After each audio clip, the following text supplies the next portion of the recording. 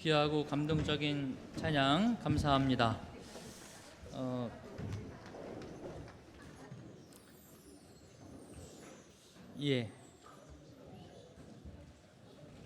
충청 앞에 찬양 경연대회 우승하고 돌아온 팀 같아요.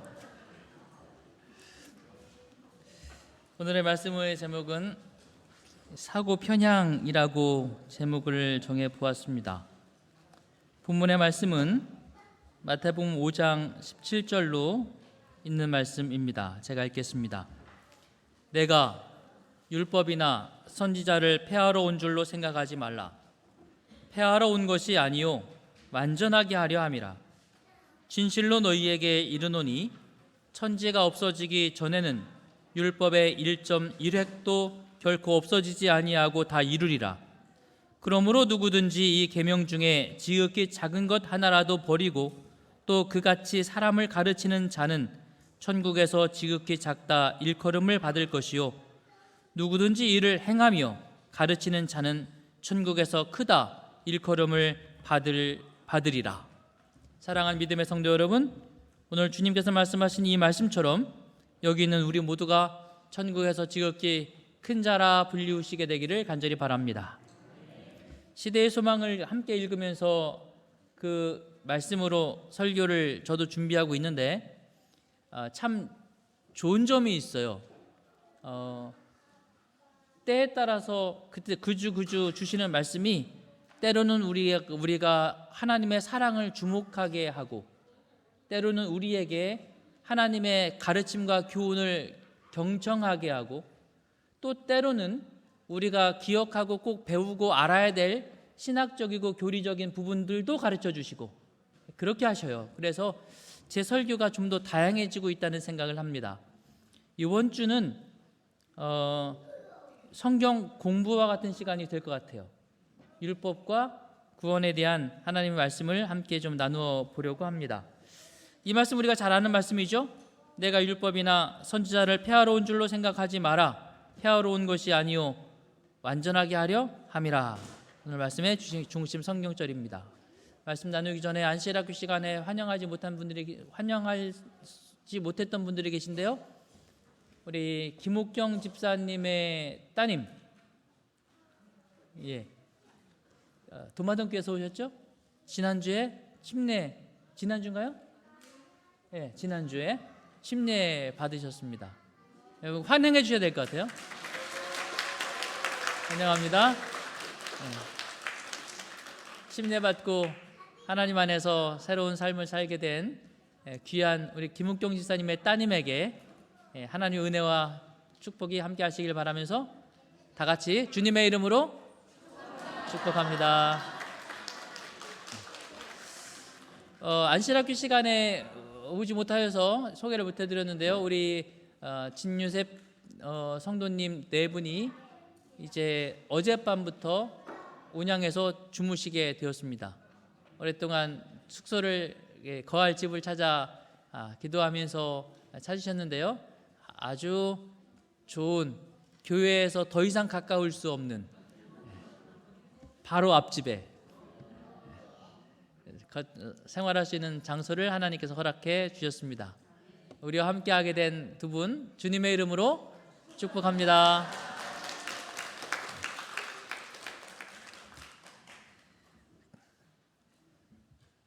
사진에 보이는 이 분의 어느 모습이 진짜 모습일까요? 거울 속에 있는 모습, 거울 밖에 있는 모습. 밖에 있는 모습이 진짜겠죠? 할아버지가 거울 속을 들여다보면서 무슨 생각하고 계실까요?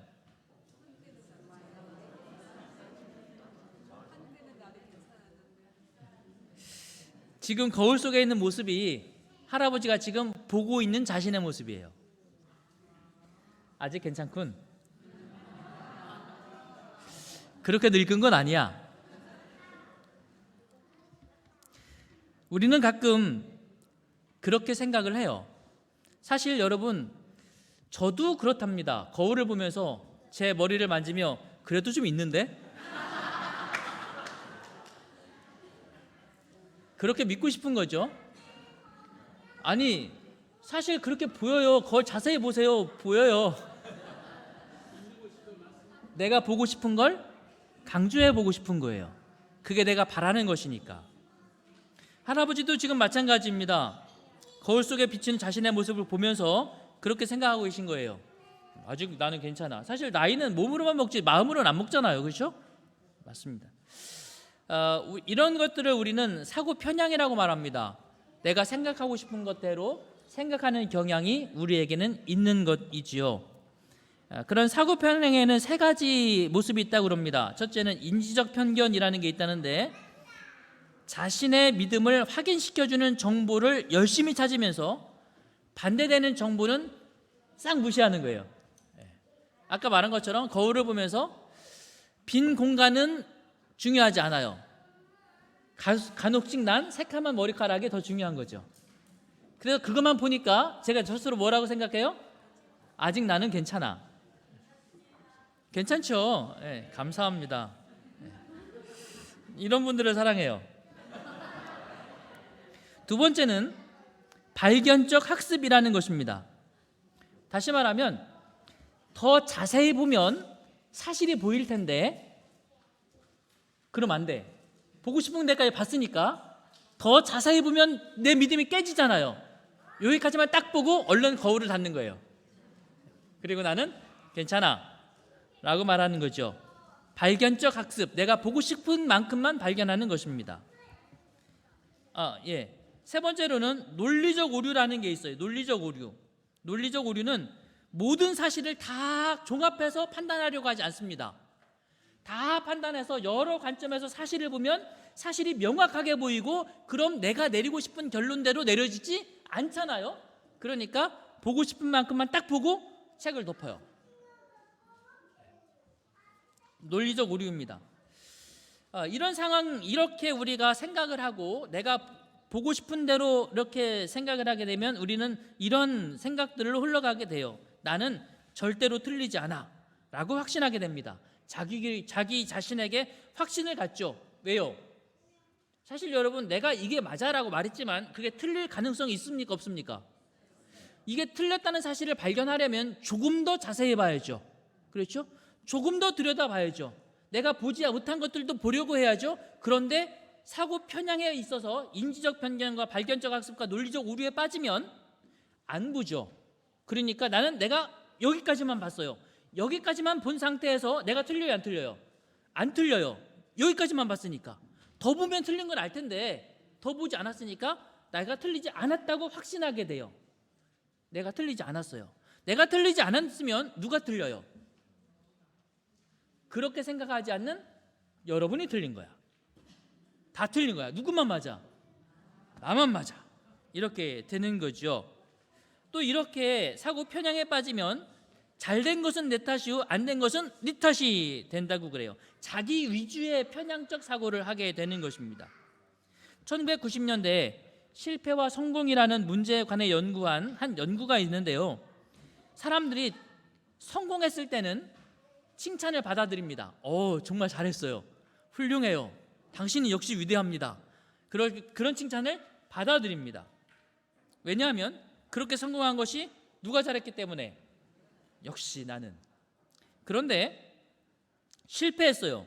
실패했을 때는 왜 실패했을까요?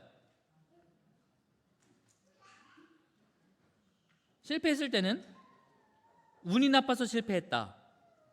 사회적으로 부조리한 것 때문에 실패했다. 내 상사가 내 의견을 안 따라줘서 실패했다. 사기꾼 때문에 실패했다. 사람들이 나를 안 믿어줘서 실패했다. 조금만 더 있었으면 잘 됐을 텐데 코로나 때문에 실패했다. 이유가 많아요. 중요한 건 다 누구 때문은 아니에요.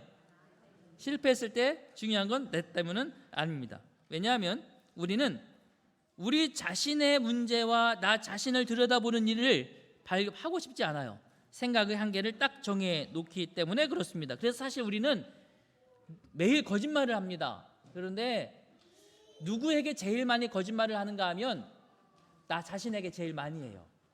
나 자신에게. 거울 보면서 이만하면 잘생겼다. 거짓말. 이만하면 표준 체중이지. 거짓말. 우리는 실패는 잊어버리고 성공한 것만 이야기하고 싶어 하지요. 그래서 우리는 보고 싶은 것을 한정지어 놓게 됩니다. 자기 위주로 보는 거죠. 그 다음에 또 우리는 정상화 편향이라는 사고방식을 갖게 된다고 합니다. 문제가 발생해서 상태가 점점 심각해지지만 그러나 우리 스스로에게 자꾸만 그렇게 말해요. 아니야, 조금만 지나면 다 괜찮아질 거야. 물론 희망을 품는 좋은 면도 있지만 상황을 내가 좋은 쪽으로, 내가 생각하고 싶은 쪽으로만 자꾸만 생각하는 거예요. 그래서 이제 돈을 그만 빌리고 빚을 그만 부풀려야 되는데 생각하는 거죠. 아니야, 한 번만 돈 빌려서 투자하면 될 거야. 그렇게 생각하는 근거가 있나요? 없어요. 내 믿음. 일반적으로 15%의 사람만 현실을 똑바로 보고 판단한다고 그러고요. 75%의 사람은 자기가 보고 싶은 대로, 생각하고 싶은 대로 판단을 내린다고 그럽니다. 네 번째, 확증 편향을 한다고 그래요. 제가 차를 사야 될 때가 됐어요. 뭘 살까 고민을 하다가 K7을 사자. 중고니까 지금 사면 K9이겠지만 중고 K7을 사자라고 고민하다가 결정을 딱 내렸습니다. 그리고 시내에 나갔더니 K7이 거리에 왜 이렇게 많아요? 다른 차는 잘 안 보여요. 다른 차는 그냥 차일 뿐이야. 그런데 뭐만? 저기도. 만약에 여러분이 벤츠를 사야 되겠다라고 결심하고 나가보면 벤츠가 정말 많아요. 왜 이런 현상을 보이는 걸까요? 내가 보고 싶은 것, 그것이 내 눈에 들어오기 때문에 그래요. 좋은 점도 있어요. 제가 어느 날 외국에 꼬불꼬불한 산골길을 버스를 타고 지나가고 있었습니다. 그런데 저 멀리 교회가 보여요. 눈에 이만큼 들어오는 거예요. 제7일 안식일 예수재림 교회. 저기 재림교회 있다. 그랬더니 흩어져 있던 우리 일행이 자리에서 다 일어나서 어디 저기에. 다른 건 아무것도 안 보여요. 그 순간 우리는 그렇게 사물을 봐요. 예언의 신을 읽을 때도 그렇게 봐요. 예언의 신을 읽을 때도 내가 어느 생각에 딱 꽂히면 다른 건 아무것도 안 보이고 그것만 보여요. 그래서 예언의 신에 이렇게 말했어, 이것만 가지고 막 주장을 하기도 합니다. 2008년 아마존닷컴의 구매 성향 분석 연구라는 게 있었는데 여러 가지 구매 성향 분석 가운데서 책을 분석한 게 있었는데 그에 따라서 그 해에 오바마에 대한 책이 굉장히 많이 팔렸습니다. 이유는 2008년 대선이 있던 해입니다. 대선이. 그런데 재밌는 건 오바마를 부정적으로 그린 책이 있고 오바마를 긍정적으로 그린 책이 있어요. 어느 책이 더 많이 팔렸을까요? 부정적, 긍정적? 긍정적인 책이 더 많이 팔렸어요. 그러더니 오바마가 당선되는 거야. 그렇다면 여러분, 이 긍정적인 책이 많이 팔려서 오바마가 당선된 걸까요? 아니에요. 오바마를 긍정적으로 생각하는 사람들은 긍정적인 책을 사고 오바마를 부정적으로 생각하는 사람은 부정적으로 묘사한 책을 사요. 내가 보고 싶은 것을 더 확신하기 위해서 책을 보는 거죠.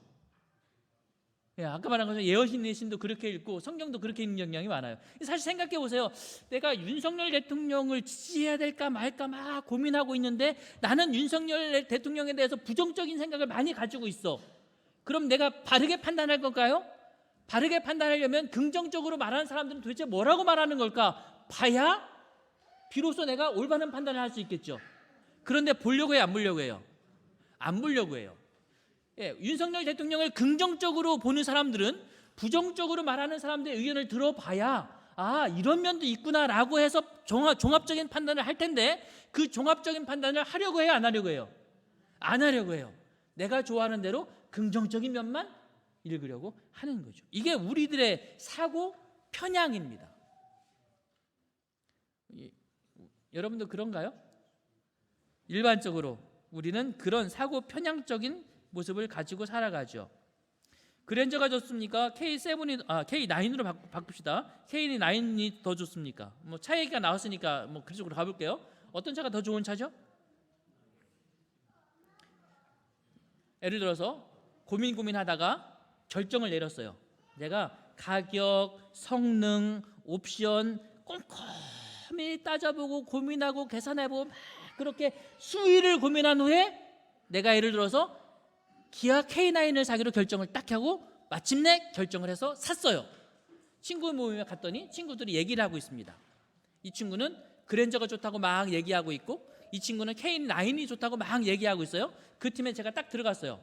제가 무슨 얘기할까요? 그렇죠. K9이 좋다고 이야기를 합니다. 대충 얘기할까요? 열심히 얘기할까요? 열심히 얘기합니다. 왜 그럴까요? 정말 그랜저보다 K9이 확실히 좋기 때문일까요? 아니에요. 내가 내린 결정, 내가 믿는 믿음, 내가 가진 신념에 대하여 뭐 하려는 거예요? 인정받고 싶은 거예요. 즉 진리를 주장하는 게 아니라 뭘 주장하는 거예요? 내가 가지고 있는 신념을 주장하려고 하는 거죠. 이게 자기 편향, 사고 편향이 갖고 있는 또 하나의 모습입니다. 뭐 선택 지원 편향이라고 그러는데 이렇게 우리는 사고가 자꾸만 한쪽으로 기울어질 수 있다. 공감하십니까? 제가 이 이야기를 좀 시간이 좀 길어졌는데요. 이렇게 되면 이런 결론들을 내리게 됩니다. 내가 아니라 네가 틀렸어. 이런 결론을 늘 내리게 돼요. 내 잘못이 아니라 네 잘못이야. 이런 사고방식으로 살아가게 됩니다. 내가 잘못한 게 아니라 네가 잘하면 되는 거야. 이렇게 되죠. 네가 잘못해서 선택한 거야. 이렇게 되는 것입니다. 너의 선택에 문제가 있어. 이렇게 되는 거죠. 누구는 아무 문제 없어요. 나는 아무 문제 없어요. 그런데 내가 계속해서 아무 문제 없으려면 나와 다른 상대가 확실히 문제가 있어야 돼요. 그걸 강조해야 내가 안전해요. 그렇죠? 그럼 상대를 어떻게 하게 돼요? 내가 안전하기 위하여 상대를 공격하게 돼요. 그래서 자신의 믿음에 구멍이 뚫리는 것을 두려워해서 반대되는 증거를 모조리 폄하하고 제거하려고 하는 성향을 나타내게 되는 것이 사고 편향입니다. 무서운 거죠. 그런데 우리는 사실 늘 이런 삶을 살아가는 위험 속에 있어요. 여러분, 우리가 이런 삶이 되지 않기를 바랍니다. 유대인들은 예수님께서 복음을 전하시고 환자를 치료하시고 이렇게 일을 해 나가고 계실 때 유대인들, 특별히 바리새인들은 예수님의 뒤를 졸졸졸 쫓아다니면서 끊임없이 예수님을 폄하하고 비난하고 헐뜯고 그 일을 끊임없이 합니다. 왜요? 유대인들이 가지고 있는 사고 편향, 이것만이 맞아, 이게 진리야, 이게 아닌 건 다 틀렸어 라고 하는 그들의 확신을 지키기 위해서는 다른 생각을 가진 예수님을 공격해야만 했던 것입니다. 바리새인들이 보고 예수께 말하되 보시오, 당신의 제자들이 안식일에 하지 못할 일을 합니다. 한쪽 손 마른 사람이 있는지라 사람들이 예수를 고발하여 하여 물어 이르되 안식일에 병 고치는 것이 옳습니까? 누가복음 13장 14절 회당장이 예수께서 안식일에 병 고치시는 것을 보고 분내어 무리에게 이르되 일할 날이 엿새가 있으니 그 동안에 와서 고침을 받을 것이요 안식일에는 하지 말 것이니라 화를 냅니다. 안식일에 예수께서 한 바리새인 지도자의 집에 떡 잡수시러 들어가시니 그들이 뭐 하고 있어요? 엿보고 있어요. 책 잡으려고 하는 거죠. 왜 그들은 그렇게 예수님의 놀라운 이적을 보면서도 놀라워하지 않고 주님의 말씀을 들으며 마음의 양심이 조금 흔들렸지만 그러나 자신의 마음을 주님 앞에 굴복하지 않고 끝까지 주님을 대항하는 것일까요? 그들이 가지고 있는 무엇 때문에? 사고적 편향 때문에 그런 것입니다. 그들에게 있어서 무엇보다 중요한 것, 다른 무엇과도 바꿀 수 없는 것은 무엇을 지키는 것? 율법의 조항을 지키는 것. 이것만이 그들의 사고 속에서는 가장 중요한 것이었다고 하는 것이지요. 이런 사고는 언제부터 시작되었는가 하면 유대인들이 바벨론의 포로로 잡혀가지 않습니까? 포로로 잡혀가게 된 이유가 뭐예요? 하나님께서 그들의 믿음 없음, 그들의 불신, 그들의 불순종을 견책하시고 책망하시기 위하여 바벨론을 통하여 그들에게 그런 경험을 하게 하셨습니다. 그러나 하나님께서 그들을 다시 회복시키십니다. 돌아올 때에 에스라가 바벨론에서 올라왔으니 그는 이스라엘의 하나님 여호와께서 주신 모세의 율법에 익숙한 학자로서 그의 하나님 여호와의 도우심을 입음으로 왕에게 구하는 것은 다 받는 자이더니 에스라가 여호와의 율법을 연구하여 준행하며 율례와 규례를 이스라엘에게 가르치기로 결심하였었더라. 포로에서 회복된 그들에게 한 가지 결심이 쓴 것입니다. 우리가 이제부터 어떤 삶을 살자? 말씀에 철저히 순종하며 살자라는 결심을 합니다. 바른 결심입니까? 바른 결심입니다. 어려운 결심입니까? 어려운 결심입니다. 그래서 그들은 그때부터 율법을 어떻게 하면 더 잘 지킬 수 있을까를 연구하기 시작했습니다. 그런데 이게 사고 편향으로 흘러가기 시작했어요. 이게 제일 중요해요. 이거 외에 더 중요한 게 없어요. 이걸 무너뜨리는 것은 아무것도 용납할 수 없어요. 오직 율법을 잘 지키는 것, 이것만이 우리에게 유일한 우리 민족을 지키는 길이 된 것입니다. 여기까지는 그렇게 잘못됐다고 말하기가 좀 곤란합니다. 그런데 그렇게 되어지면서 그들에게서 조금씩 율법의 본질적 사상이 흔들리기 시작합니다. 율법의 조항들을 지키는 것은 철저하지만 율법이 우리에게 요구하는 하나님을 사랑하고 사람을 사랑하라고 하는 율법의 근본적 정신은 조금씩 희미해져 갔어요. 그럼에도 그들은 율법의 조항을 지키는데 목숨을 걸기 시작합니다. 그러다 보니 그들은 율법을 폄훼하는 것 같은 예수님을 끊임없이 뭐예요? 공격하는 것이죠. 그러다 결국 그들에 의해서 예수님은 율법을 무너뜨리는 자가 됩니다. 그리고 그것을 참아낼 수 없었던 유대인들은 예수님을 십자가에 못 박아 죽이지요. 예수님이 부활하시고 승천하신 다음에 기독교가 시작되었습니다. 기독교인들의 생각에 예수님 왜 죽으셨다고요? 누구에 의해서 죽었어요? 율법에 의한 사고 편향적인 유대인들의 그런 관점에 의해서 예수님이 십자가에 달려 돌아가셨습니다. 유대인들은 기독교인들은 생각합니다. 과연 우리가 이런 율법을 계속 지켜야 될까? 아니야. 예수님이 우리를 구원하셨으니 우리는 믿음으로 말미암아 구원받기 때문에 이제 우리는 율법을 더 이상 지킬 필요가 없어 라고 생각하기 시작합니다. 그렇게 되니까 이제는 율법은 필요 없고 오직 무엇만 남아요? 오직 믿음으로만 남게 되었습니다. 다시 기독교는 사고 편향주의적으로 흘러가기 시작해요. 뭔 전혀 필요 없고 율법은 필요 없고 뭐만 중요해? 믿음만 중요하게 된 것입니다. 그래서 많은 기독교인들이 말하기를 율법은 패했다라고 말을 합니다. 패했다고 말하면서 인용하는 여러 성경절 가운데 가장 중요한 성경절 하나가 로마서 10장 4절입니다. 같이 읽어볼까요? 시작. 그리스도는 모든 믿는 자에게 의를 이루기 위하여 율법의 마침이 되시니라. 봐라, 율법은 뭐했다? 율법은 뭐했다? 끝났다. 율법은 패했다. 이렇게 말하는 것입니다. 그런데 마태복음 5장 17절에서 예수님은 또 이렇게 말씀하지 않았습니까? 우리가 읽은 말씀, 내가 율법이나 선지자를 뭐하러 온 줄로 생각지 말라, 패하러 온 줄로 생각하지 말라. 그러자 이게 좀 고민이 됐어요. 그래서 도대체 이분들은 이걸 어떻게 설명할까 이렇게 봤더니 이 패하다라는 말을 예수님이 율법을 완전히 폐지하러 온 줄로 생각하지 말라, 이 말이 예수님은 율법을 폐하러 온 게 아니라 율법의 잘못된 의미를 폐하러 온 것이다. 예수님은 율법을 완성하러 온 것이고, 그래서 율법을 완성하러 오셨기 때문에 율법의 요구를 다 이루셨고, 그래서 율법의 요구를 이루셨으므로 율법은 다 맞춰졌다. 이렇게 이 두 개의 성경절을 혼합해서 이해를 합니다. 근데 사실 이게 조금 보세요. 율법의 마침이라고 하는 이 마침이 헬라어로 뭐냐면 텔로스라는 말입니다. 어떻게 번역되는 말인가 하면 끝이라는고도 번역되고 결론이라고도 번역되고 목표, 목적이라고도 번역되는 단어입니다. 다시 말하면 그리스도는 모든 믿는 자에게 의를 이루기 위하여 율법의 목적이 되셨다, 율법의 목표가 되셨다라고도 번역할 수 있는 단어예요. 영어 성경에는 이렇게 번역했습니다. 여기 제가 빨간 단어로 적어놨는데 culmination이라고 되어 있어요. 즉 최고점이 되셨다, 이런 뜻이에요. 최고점이 되셨다.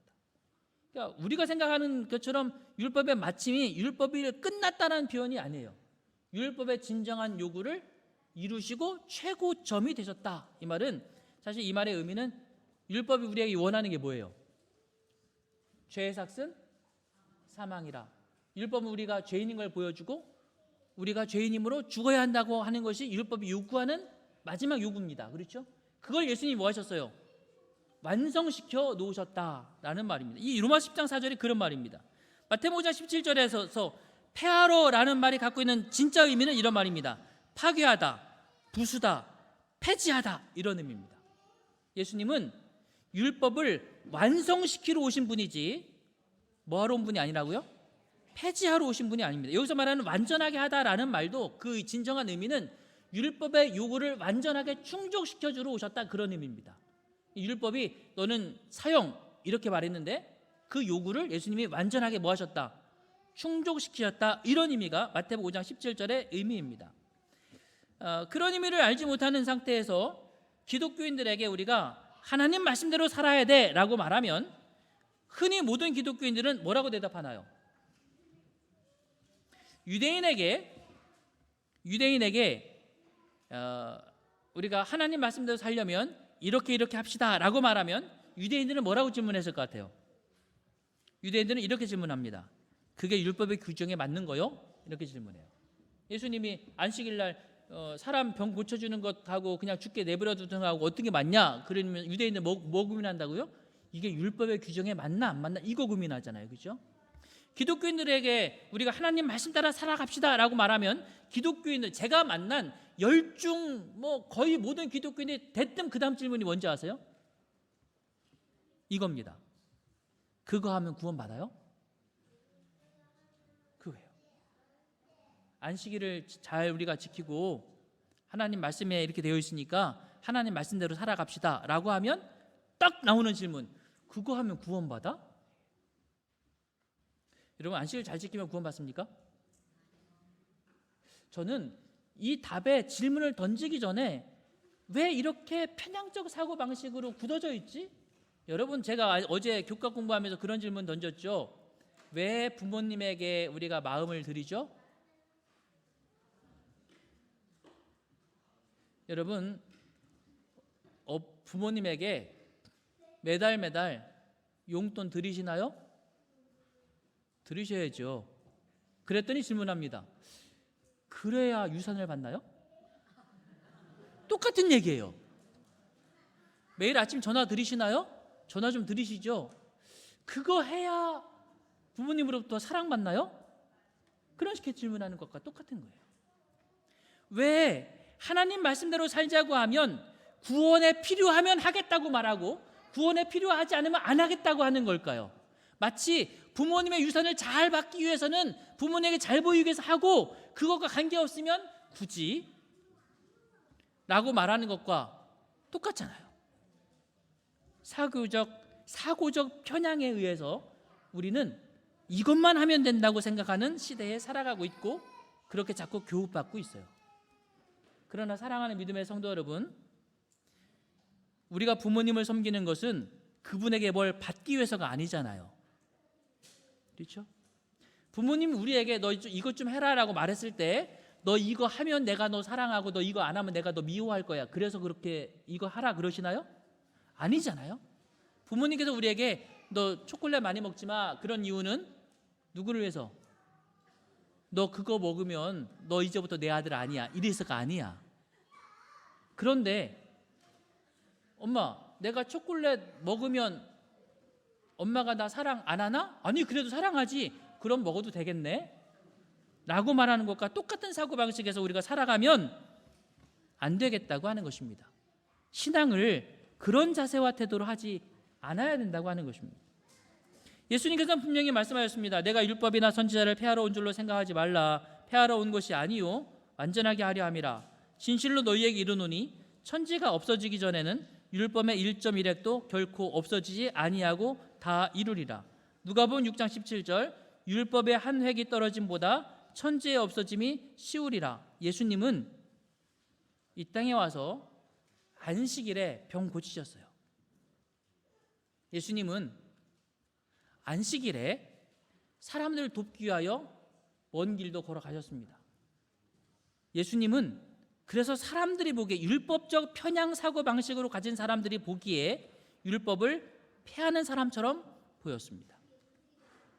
그러나 예수님은 편향적 사고방식에 빠진 분이 아니라 균형진 사고방식을 가지고 계신 분이셨습니다. 그래서 그분은 믿음을 강조하고 사랑을 강조하고 그리스도인의 주님과 함께 하는 영적인 면을 강조하시면서 동시에 우리가 주님의 말씀대로 살아가는 순종의 삶을 또한 말씀하시는 것입니다. 한쪽에 편향된 신앙이 아니라 균형진 신앙을 주님은 우리에게 가르치시고 요구하셨던 것이지요. 로마서에 보면 바울은 이렇게 말합니다. 7장 12절 같이 읽겠습니다. 시작. 이로보건대 율법은 거룩하고 계명도 거룩하고 의로우며 선하도다. 그런데 그 계명을 자꾸 쳐다보고 있으니까 내가 자꾸 뭐가 돼요? 죄인이 되잖아요. 그래서 사도 바울이 괴로웠어요. 13절 그런즉 선한 것이 내게 사망이 되었느냐? 그럴 수 없느니라. 이 율법이 선한데 그게 나를 죽이는 것이 되었느냐?